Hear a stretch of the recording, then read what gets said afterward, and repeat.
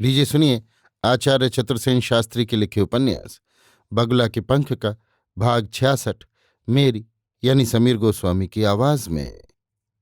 जुगनू का ज्वर से पिंड छूट गया, परंतु अभी कमजोरी है। चुनाव आंदोलन जोर पकड़ता जा रहा है।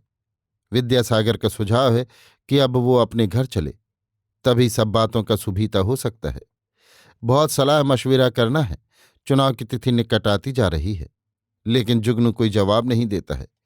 उस छोटे से कमरे में वो बहुधा अपनी चारपाई पर या तो सोता रहता है या पड़ा पड़ा छत को ताका करता है। वो राधे मोहन से बहुत कम बातें करता है। राधे मोहन अब चाहता है कि वो चला जाए, परंतु स्पष्ट है कि जुगनू के मन में जाने की बात ही नहीं है। राधे मोहन घुटा घुटा रहता है। कभी वो मन ही मन अपनी मूर्खता पर पछताता है। कहाँ की इल्लत बांध लाया मैं, वो बहुत बार अपने मन से कह चुका है। जुगनू से भी अब वो अधिक बात नहीं करता। उसका मन होता है कि वो कह दे, अब अच्छे हो गए, यहां क्यों पड़े हुए हो, जाओ यहां से। पर यह कहने का उसे साहस नहीं होता है। इसके अतिरिक्त एक बात और है, उसकी पत्नी को अब जुगनू के वहां रहने में कोई शिकायत नहीं है। सबसे बड़ी तकलीफ मकान की है। गर्मी का मौसम आ गया है। घर में सोने का एक ही कमरा है। वो जुगनू हथियाए बैठा है। पति पत्नी को रसोई में सोना पड़ता है। बड़ा कष्ट है, बड़ी असुविधा है।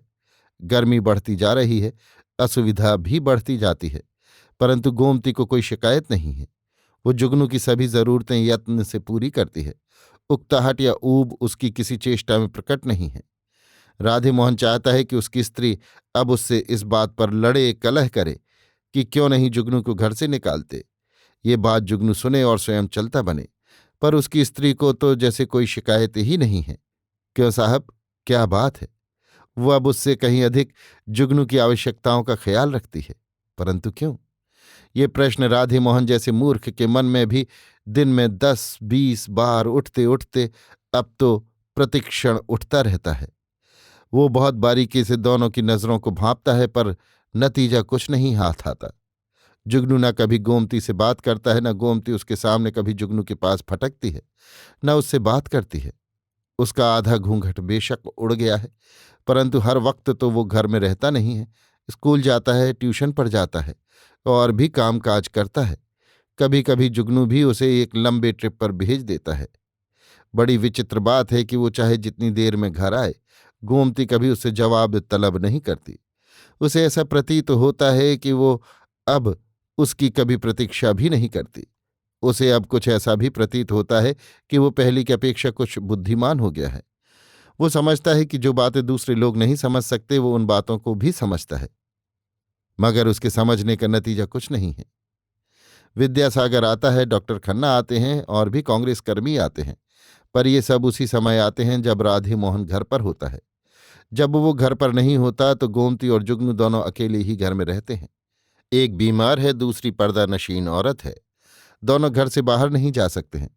म्यूनिसपैलिटी का चपरासी प्रतिदिन 11 बजे नियमित रूप से आता है और कागजात पर जुगनू के दस्तखत और जबानी हिदायतें ले जाता है।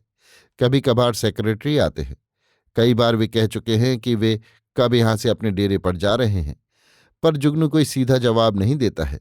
हकीकत यह है कि उसका वहां से जाने का मन नहीं है। अभी आप सुन रहे थे आचार्य चतुर्सेन शास्त्री के लिखे उपन्यास बगुला के पंख का भाग 66 मेरी यानी समीर गोस्वामी की आवाज में।